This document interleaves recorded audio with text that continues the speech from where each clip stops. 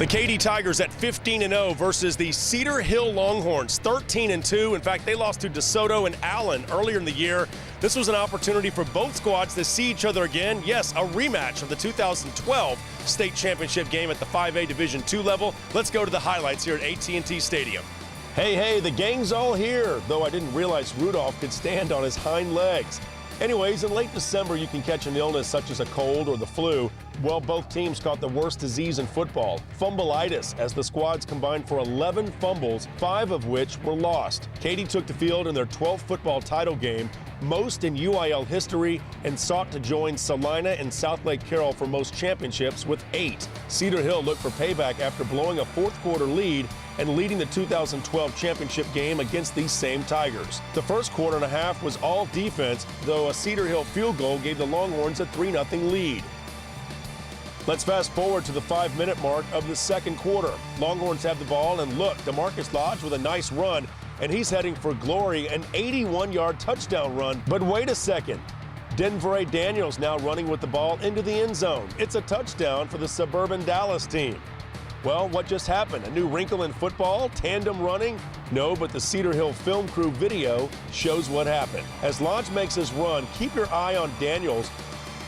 Lodge makes several moves to the left side and runs for a big gain, but Katy's Colin Wilder forces a fumble. The ball unbelievably bounces right to Daniels, who finishes off the run. The 81-yard run is officially scored as a 39-yard touchdown for Daniels and a 10-0 Cedar Hill lead. To that point, Katy had only 61 yards of total offense. In fact, their first 22 plays averaged just 2.77 yards, but the next 2 plays would average 55 yards. They went back to what got them to the finals, a drive led by Rodney Anderson. Check out Anderson as he scampers 66 yards for a score to finally get Katy on the board. That one play represented nearly half of Anderson's rushing yards for the game as he finished with 146. I called a terrible coverage on that long run by 26 in the first half.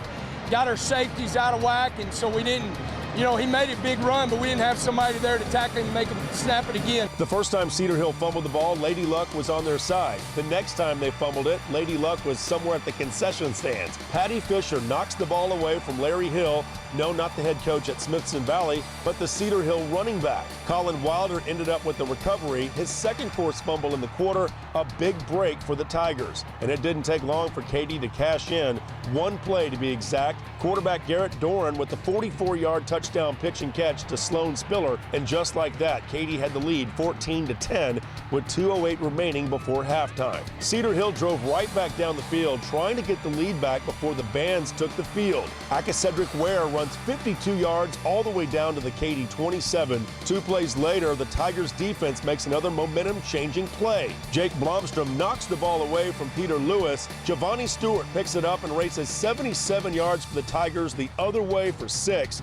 Well, 7 if you include the PAT, and suddenly it's 21-10 Katy. 3 touchdowns in less than 2.5 minutes gave the Tigers the lead, with Coach Gary Joseph 24 minutes away from another golden trapezoid. If you thought the first half was wild, well, the second half had more twists and turns than a Stephen King novel. Katy got the ball to start the third quarter and held it for a while. 12 plays for 68 yards and over 5 minutes off the Jerry World clock. The drive included a key third down conversion as Doran threw a 24-yard strike to Tony Mullins to set up 1st and goal at the Longhorn 8.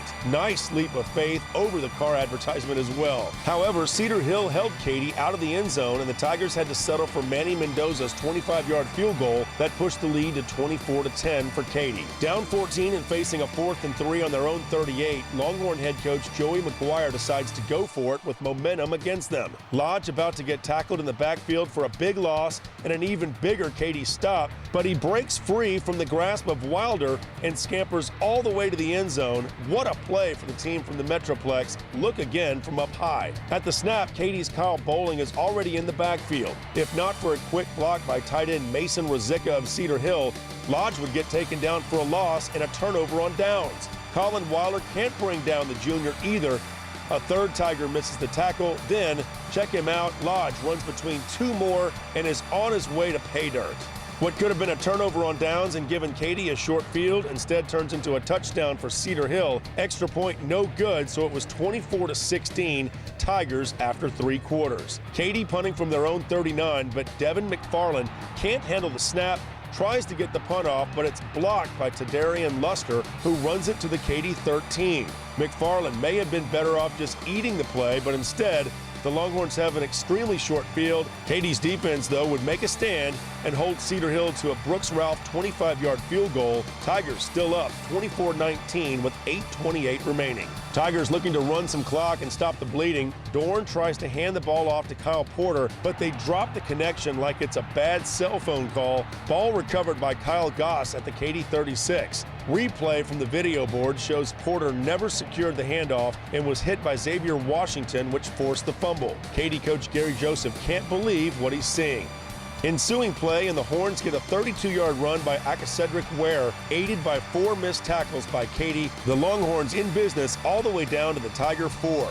3 plays later, Justin McMillan with the 3-yard touchdown pass to DeMarcus Lodge, tack on a 2-point conversion, and Katy's lead was gone. Cedar Hill up 27-24 with 6 minutes remaining. It was basically a scramble drill.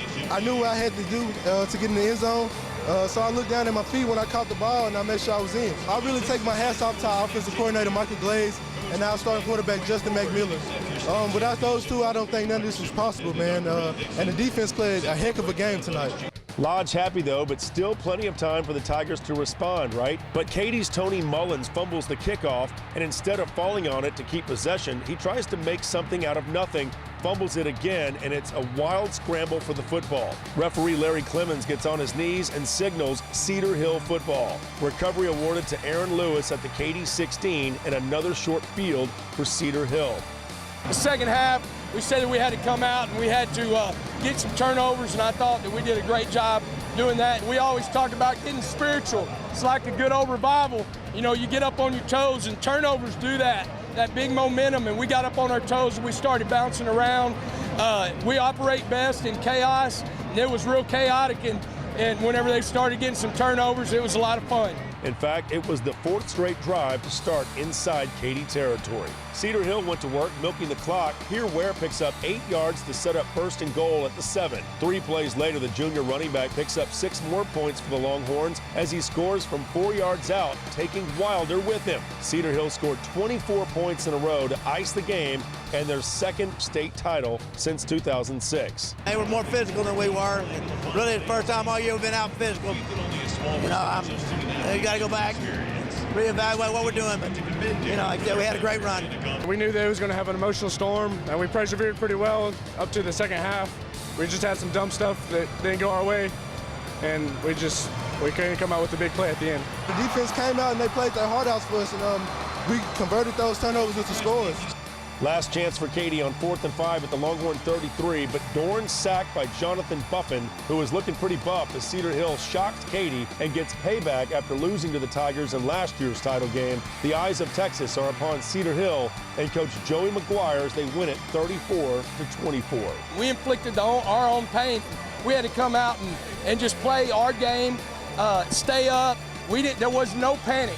The kids knew that we could come out and do what we did. It's huge for a group of seniors that did everything we asked for 4 years, and I told them that we were tough enough. It was going to be a tough football game, a physical football game, and Cedar Hill was tough enough. The guys that have been doing what they're doing all year long, DeMarcus Lodge, Ware, Justin McMillan on offense, they were incredible.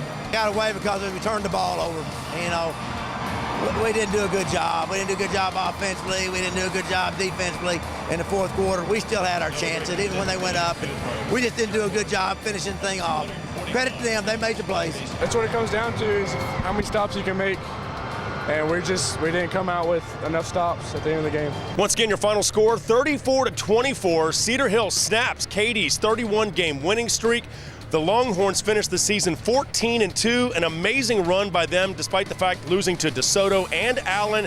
They definitely feel like the DFW Metroplex has the best football not only in the Lone Star State, but in the entire country. They went 4-0 against other opponents here at AT&T Stadium, home of the Dallas Cowboys. I'm Jeff Power, Max Prep Sports, your leader in online high school sports content.